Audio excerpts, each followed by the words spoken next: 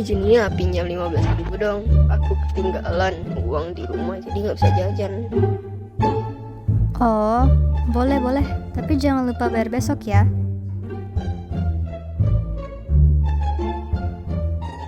Sip deh, makasih ya.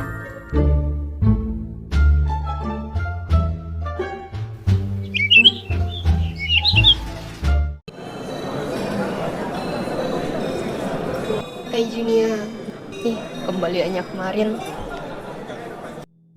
Aduh Eren, kenapa uang kamu remas-remas begini? Hah? Kan aku terburu-buru masuk kelas habis dari kantin. Nggak apa-apa ya kan, masih ada nilainya. Aran, kayaknya kamu perlu belajar sejarah rupiah deh, biar menghargai uang. Apakah kalian pernah berjalan-jalan ke luar negeri? Jika iya, hal apa yang membuat negara tersebut unik? Tempat wisatanya, makanan khasnya, atau tampilan uangnya? Setiap negara di dunia pasti memiliki suatu mata uang spesial yang melambangkan kesatuan dan menjadi jati diri negara tersebut, termasuk Indonesia.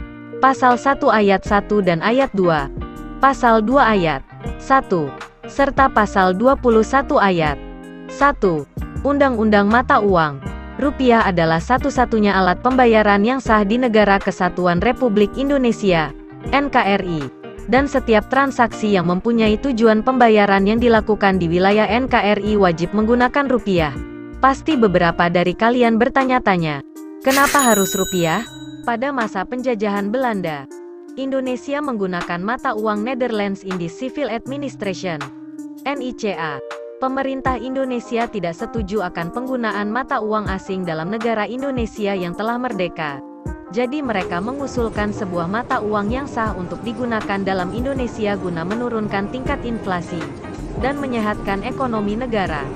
Setelah berusul, terbitlah Mara Uang Ori, Uang Republik Indonesia, yang tercantum tanggal emisi tanggal 17 Oktober tahun 1945.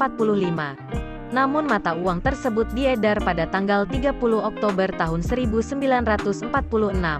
Hal ini menunjukkan panjangnya proses penerbitan mata uang tersebut, khususnya karena beberapa wilayah di Indonesia masih sedang dijajah Belanda.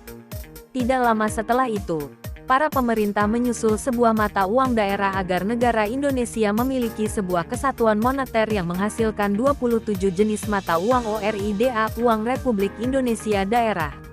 Pada akhirnya, negara Republik Indonesia menyetujui uang rupiah dengan 7 jenis pecahan sebagai mata uang yang sah, dengan penyetujuan Bank Indonesia sebagai bank sentral yang dapat mencetak, mengedarkan, dan menghancurkan uang rupiah di Indonesia. Bank Indonesia pun menerbitkan uang rupiah emisi 2004 untuk menyediakan nominal baru bagi masyarakat untuk pakai dalam transaksi, serta menggantikan uang lama dengan yang layak dipakai. Bank Indonesia pun lanjut mengganti desain uang rupiah dengan tujuan untuk menjaga masyarakat Indonesia dari pemalsuan uang lama yang dapat dibuat dengan kualitas baik.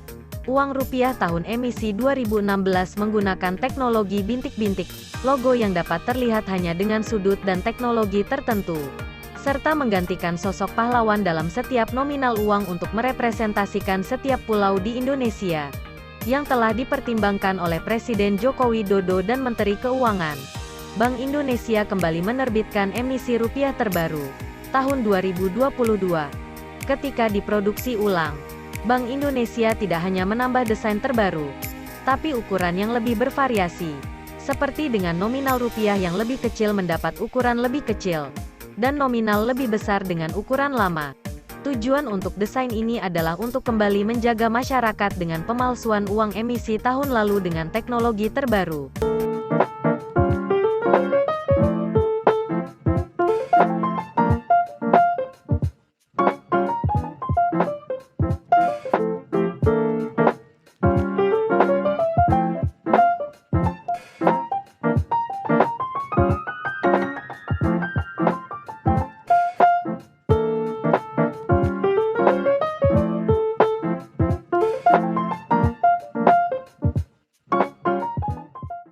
Tetapi setiap pahlawan sama dengan emisi 2016.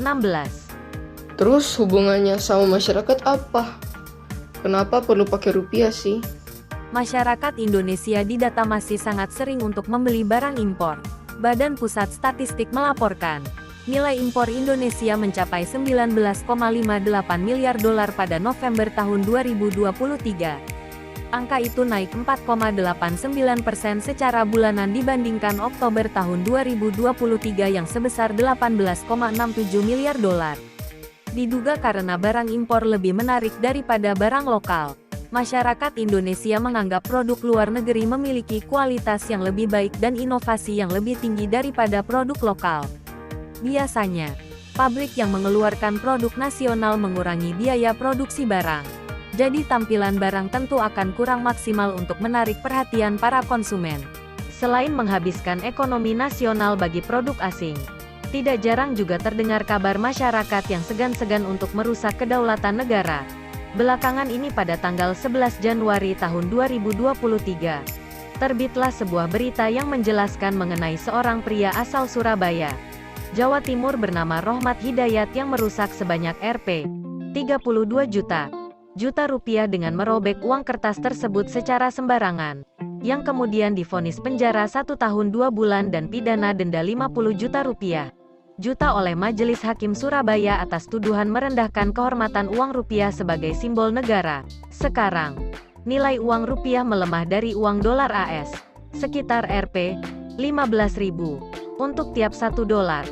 Pelemahan nilai rupiah dianggap menjadi penyebab meningkatnya harga barang-barang kebutuhan yang tidak diimbangi dengan adanya kenaikan gaji dari pemerintah. Namun hal ini mengharuskan semua pihak untuk ikut serta dalam menjaga kestabilan nilai uang rupiah, bukan hanya para pemerintah. Ada banyak hal yang dapat dilakukan masyarakat untuk mempertahankan nilai uang rupiah loh. Masyarakat dapat menunda permintaan akan produk impor, khususnya elektronik ketika nilai tukar uang rupiah sedang tidak stabil. Alangkah baiknya jika masyarakat mendukung produk lokal dengan membelinya dalam pasar nasional secara langsung maupun online.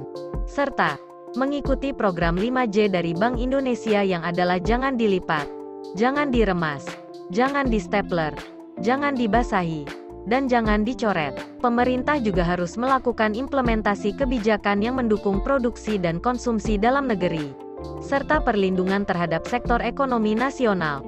Hal tersebut dapat dilakukan dengan mempertahankan sistem moneter dalam negeri, juga membangun tempat pariwisata lokal yang indah, guna untuk menarik perhatian turis luar negeri.